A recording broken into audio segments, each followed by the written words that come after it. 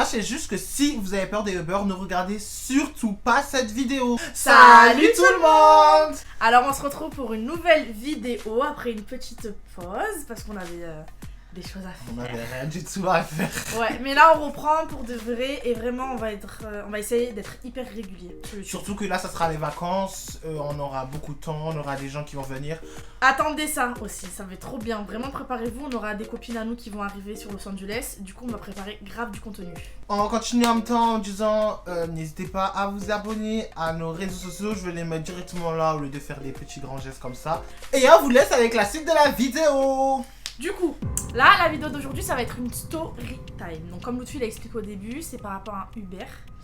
Et il nous arrive encore des galères. Alors, tout a commencé le jour de mon anniversaire. Donc, c'était en octobre. On venait d'arriver à Los Angeles parce qu'on est arrivé le 20 septembre. J'ai toujours fêté tous mes anniversaires. Donc, on a décidé d'aller se faire un petit resto. C'est notre première soirée à Los Angeles. Vraiment, on est sortis. Ouais, du coup, on voulait vraiment faire un truc. Vers 2-3 heures du matin, parce qu'il faut savoir qu'ici en Amérique, tout ferme super tôt. C'est-à-dire vers 2-3 heures, les boîtes de nuit elles sont fermées, c'est pas comme en France. 2-3 heures c'est fermé, donc nous on est parti dans un restaurant, Aaron est parti pour prendre un verre, donc au final nous ça s'est fini encore plus tôt, ça s'est fini vers 1h du matin. Donc vers 1h du matin, on décide de rentrer à la maison. On rentre et bah, vu qu'on habite super loin de là où on est allé au resto, on décide de prendre un Uber. Du coup on prend le Uber, il arrive. Tout se passe très bien, on monte dedans. Il nous dit comment vous allez, tout se passe bien. Comme le Uber, ils disent tout le temps, vous savez, pour la musique, est-ce que la température va bien. Bref, des trucs de Uber, tout se passe très bien. Moi, j'étais encore dans l'euphorie, dans le sens où je venais d'avoir 21 ans, c'était ma soirée de 21 ans, j'ai fait mes 21 ans à Los Angeles. J'étais trop content. Et le Uber, il commence à nous dire ah, vous êtes pas d'ici, ça se voit, parce que ça se voit en fait qu'on n'est pas... On était étrangers, on était français, clairement. On parlait en français. Donc il nous dit vous êtes pas d'ici. Vous venez d'où, vous parlez quelle langue, pourquoi vous êtes à Los Angeles, etc. Sauf qu'au bout d'un moment, là, les questions, elles commencent à être vraiment, trop intrusives et un peu pesantes. C'est-à-dire, oui, après, vous allez sortir, vous allez chez qui, là où je vous emmène, par rapport à l'adresse. Vous êtes tout seul à Los Angeles? Ouais, déjà, moi, ça, là, à partir de la question, est-ce que vous êtes tout seul à Los Angeles? Je me suis dit, mais what the fuck, qui pose ça? Moi, j'étais trop dans l'euphorie, moi j'étais trop à fond. Toi t'es naïf clairement. Ah non, mais non, de base non. Il était là, il me faisait des questionnaires de police et moi j'étais trop, je sais pas, je me suis dit ouais peut-être c'est une interview, peut-être que tous les Américains sont comme ça. Il me posait plein de questions, moi je répondais au tac au tac. Voilà, lui répondait. Toutes les questions, vous êtes tout seul, bien sûr, on est tout seul, t'es bête ou quoi? Vous allez où là? Bah on va chez nous. Moi j'allais dire on va chez des amis limite, lui il dit ah bon on va chez nous, on a notre propre appartement, on est tous les deux, on connaît personne, limite on connaît personne à Los Angeles. Il raconte sa vie, je voulais le démonter. Et en fait du coup il commence à parler et là je regarde l'autre fille, j'essaie de faire ça en secret, je lui donne un coup comme ça dans sa jambe et je lui dis Lutfi, et je lui parle en français bien évidemment pour pas qu'il comprenne le Uber. Et je lui dis là le mec il fait que me regarder à travers le rétroviseur.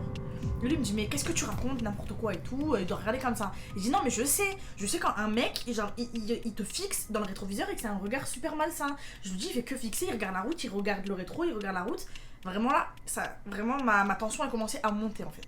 Et moi, je me suis dit quoi? Je me suis dit ouais, il regarde juste derrière, un rétroviseur c'est pas fait pour regarder les gens derrière, mais pour regarder la route. Donc moi je me suis dit au contraire, c'est bizarre, moi on va pas faire d'accident, il est vigilant. Et du coup je lui dis vraiment, tu réponds pas à ces questions. Il te dit un truc, tu mets tes écouteurs, tu mets tes AirPods, tu fais genre tu l'entends pas, mais tu réponds pas à ces questions jusqu'à qu'on arrive. Et après il commence à nous dire oui, moi je connais un bon endroit, on peut faire la fête et tout. Et moi je disais non mais à ce moment-là j'étais plus dans l'euphorie, moi l'euphorie est partie. J'ai dit ah non mais non merci, ça va aller, on a assez profité. Il a dit non mais venez, on va boire un verre. J'ai des amis, je peux vous les présenter, vous venez avec nous et tout, on fait la fête. Vous êtes jeunes, vous allez pas rentrer à 1h du matin. Et nous on dit si, on est fatigués. Ouais, on était très fatigués. Mais après d'un coup il a dit ah bah ok, bah c'est pas grave si vous êtes fatigués, je peux venir chez vous. Moi à ce moment-là j'ai un peu bugué genre. Là on a senti qu'on a eu peur tous les deux. Là, attends, comment ça tu peux venir chez nous? On est où là? Je savais que les Américains étaient sweet, ils étaient kind. Ils étaient conviviales et tout ça. Mais pas à ce moment-là en fait. Ça c'est ta zone, ici c'est ma zone. Là bah en gros j'ai eu une idée, vu qu'il posait plein de questions bizarres et qu'on a compris qu'il était pas normal, en plus il regardait Célia. J'ai eu une idée, j'ai fait genre qu'on allait partir le lendemain. Et donc je lui ai posé la question, j'ai dit on retourne en France demain et vous savez pas à quelle heure je dois réserver le Uber. Il m'a dit vous partez à quelle heure? J'ai dit oui, à 6h du matin, on doit être là-bas, donc on rentre, on prend nos bagages, on part directement. Harry il a dit ah bah si vous voulez je peux vous attendre. J'ai dit non, non, non, merci, ne vous inquiétez pas et tout. Il a dit non, moi de toute façon je serai dans les environs quand vous réserverez votre Uber, ce sera sur le moment qu'il va vous prendre. J'ai dit ah merci, à quelle heure je dois le réserver et tout. Il m'a dit à cette heure-ci et tout.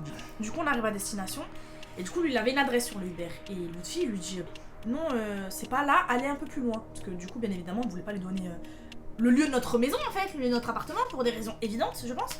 Et lui, il dit non, vous habitez ici, l'adresse, il y a écrit cette adresse-là. Et lui, il dit non, ça, on a dû se tromper, c'est plus loin. C'est la rue d'à côté, il faut tourner et tout.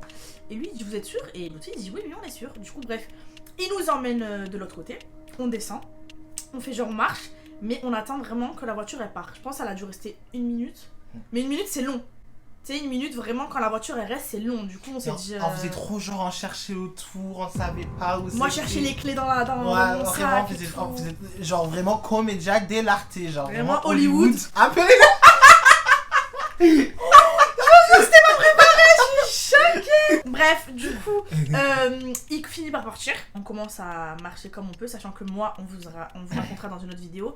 Mais j'avais des béquilles à ce moment-là parce que je me suis fait l'entorse. Moi, avec mes béquilles, j'essaie de marcher comme ça. Lui, il court, il me dit Célia, alors que moi, je suis avec mes béquilles, j'arrivais pas à marcher, c'était horrible. Du coup, on arrive enfin dans notre appartement, genre où il y a un portail d'abord avec un code. De là, je mets le code, on se dépêche, on monte et tout. Et là, on rentre dans l'appartement, on ferme tout à clé. On vérifie au moins 4 fois. On a fermé la clé, la fenêtre. On a fermé la clé, la fenêtre.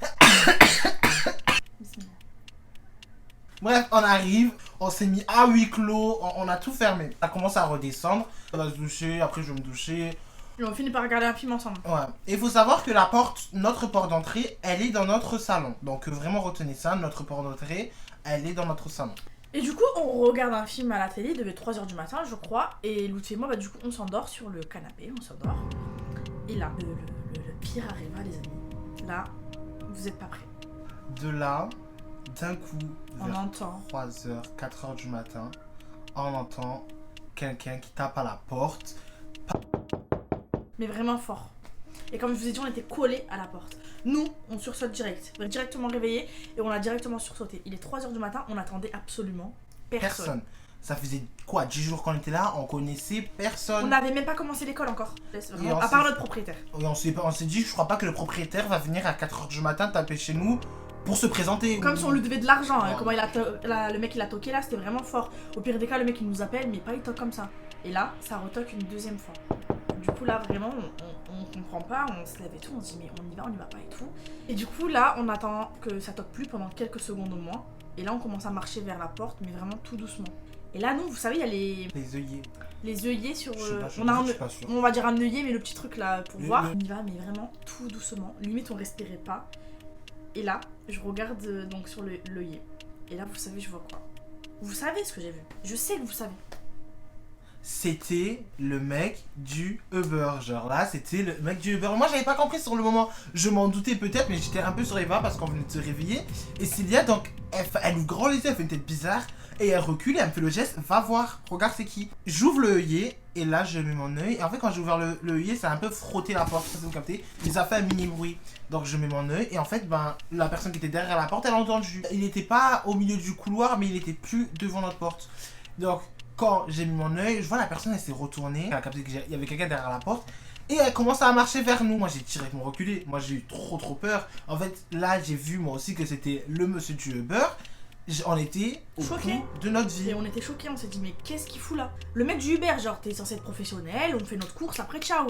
Qu'est-ce que tu fous devant notre porte? Ah, t'as pas à être là en fait. À 3h du matin, donc dans tous les cas, on le sait que c'est des mauvaises intentions. De là, on ne bouge pas. Et en fait, on voulait courir, aller dans la chambre, j'en sais rien. Mais sur le moment, on était tétanisés, on ne bougeait plus et on avait peur de faire du bruit. Du coup, on bougeait pas. Toi qui dis, je sais que vous êtes là, ouvrez-moi. Et en plus, ils nous appelaient friends. Genre, ouvrez-moi les amis. Tout ça, c'était en anglais. Ah oui, c'était en anglais. À retaper, il a dit, ouvrez, j'ai un truc à vous, j'ai votre sac. Mais excellent, on se regarde. Là, on sait que le mec, il ment complètement. Puisqu'en fait, j'avais mon sac quand je suis rentrée, je l'ai rangé. Et depuis, c'est pareil, on a une commode exprès pour nos sacs. Donc là, on se dit, mais le mec, en plus, il ment, mais genre en mode, qu'est-ce qu'il veut? Genre, en gros, on va ouvrir la porte, il va se passer quoi? Donc là, on avait trop peur. Et surtout que quand moi j'ai regardé, en tout cas, il était retourné et marchait vers notre porte. Et moi j'ai bien vu qu'il n'avait pas de sac. Il avait rien du tout avec lui. Il avait absolument rien. Donc pourquoi mentir? Pourquoi dire ça? On avait trop peur. Du coup, à ce moment-là, on a essayé de reculer doucement puisqu'il fallait agir, on va dire, sur le moment pour pas que ça s'aggrave. Et on est parti dans la chambre tout doucement, on a fermé la porte à clé parce qu'on avait trop peur. En fait, vous allez nous demander pourquoi on n'a pas appelé la police ou des trucs comme ça, mais faut savoir que ça faisait genre 2 semaines qu'on était là, notre niveau d'anglais était 0. C'est-à-dire que des fois, même avec le Uber, nous on n'arrivait pas trop à communiquer quand on était dans la voiture. On disait des mots simples qu'on connaît, vous voyez. Mais là, appeler la police dans l'état qu'on était à 3h du matin, on était vraiment dans un état, on avait trop peur, genre. Surtout qu'on pouvait pas contacter le support Uber parce que ce serait pareil. Et en plus, vraiment venir ici, histoire d'être sans stress, sans problème, mais on voulait pas vraiment se rentrer dans un truc comme ça. Et notre propriétaire, on l'a appelé une fois, mais bien évidemment, il a pas répondu, il est 3h du matin, on comprend. Du coup, on est resté enfermés. Mais genre, je crois qu'on n'a pas dormi la nuit presque, on a dû s'endormir à 5h du matin dans la chambre, quoi. Et au bout d'un moment, il est parti, je pense. Alors que nous, on est dans un bâtiment, on va dire. C'est un bâtiment, vous savez, il y a des magasins en bas, des bureaux et tout. Et il y a notre propriétaire, il travaille dans le bureau d'en bas. Et en haut, il y a un étage, il y a notre appartement à nous. Et du coup, pour accéder au bureau d'en bas, il y a un tout petit escalier. Et après, on est directement face à face à notre propriétaire. Le lendemain, avec coup de fil à 8h du matin, on n'a pas perdu de temps. On est directement allé voir notre propriétaire. À l'ouverture, on savait qu'il était là parce qu'il est là toute la semaine, quoi. On est parti le voir. Il a vu que ça allait pas. Il nous a dit qu'est-ce qu'il y a. On a essayé de communiquer par Google Traduction parce qu'à ce moment-là, vraiment, on avait un niveau catastrophique. Alors que maintenant, ça va, on peut se débrouiller, on peut communiquer avec une personne, on peut comprendre la personne et tout. On lui explique l'histoire et tout. Il a eu super peur, enfin, il était super terrifié. Il nous a dit de faire attention, etc. Et il nous a dit que dans la journée, il va voir les caméras de surveillance. Parce que comme c'est un bureau, il y a un peu des caméras de surveillance autour du bureau. Donc on voit le portail pour entrer chez nous. 2 jours passent. 2 jours passent, on n'a pas de nouvelles du propriétaire. Parce qu'il faut savoir que c'était samedi et dimanche, parce que donc c'est des bureaux, donc samedi et dimanche, c'est fermé. 2 jours passent, et là le propriétaire il nous appelle et il nous dit écoutez, est-ce que vous pouvez descendre à mon bureau? J'aimerais discuter avec vous. Du coup on dit ok, c'est tout, on se dit ça doit être sûrement par rapport aux caméras de surveillance. Du coup on descend et on va le voir. D'abord il a essayé de nous mettre à l'aise, en fait c'est super stressant quand il y a quelqu'un qui vous dit ne t'inquiète pas de ce que je vais dire. Un homme qui est parti le voir et qui a dit oui, il y a des amis à moi qui habitent ici, j'aimerais savoir s'ils sont encore là parce qu'ils m'ont dit qu'ils retournaient en France. Et j'aimerais leur dire au revoir. En fait, on a un portail et pour ouvrir le portail il faut un code. Et il lui dit est-ce que je pourrais avoir le code? Juste je monte 2 minutes pour leur dire au revoir et après je repars. Et le propriétaire il dit d'accord, qui sont vos amis? Là le mec il bug apparemment. Et le propriétaire il dit écoutez, moi je peux pas donner le code comme ça. Si vous voulez voir vos amis, vous dites à vos amis de descendre. Et eux ils vous ouvriront si vous voulez ou non. Mais moi je vais pas le faire quoi. Il commence à donner nos descriptions, que moi j'avais des béquilles, que j'ai les cheveux bouclés. Il dit bah non, lui il veut pas dire qu'il nous connaît ou quoi, il dit rien du tout. Il dit je sais pas, écoutez appelez vos amis, vous verrez. De là le mec il insiste pas et il part. Et là du coup le propriétaire il nous explique ça, donc ce qui s'est passé plus tôt. Et après il nous dit bon écoutez maintenant ça va être un peu plus grave ce que je vais vous raconter. Il a regardé automatiquement les caméras de surveillance. À ce moment-là, en fait, il s'est rappelé qu'il devait regarder les caméras de surveillance. On va dire qu'il avait un peu oublié. Alors que, enfin, c'est un peu grave ce qui se passe, chérie. Donc, pour que tu oublies de regarder les caméras de surveillance, voilà quoi. De là, il voit à 2h30 du matin. Il nous voit tous les deux rentrer. Peut-être 1h30 plus tard, il voit un homme. Mais un homme qui escalade le grillage. Genre, vraiment, il y a un portail. Et en fait, il a vu la personne.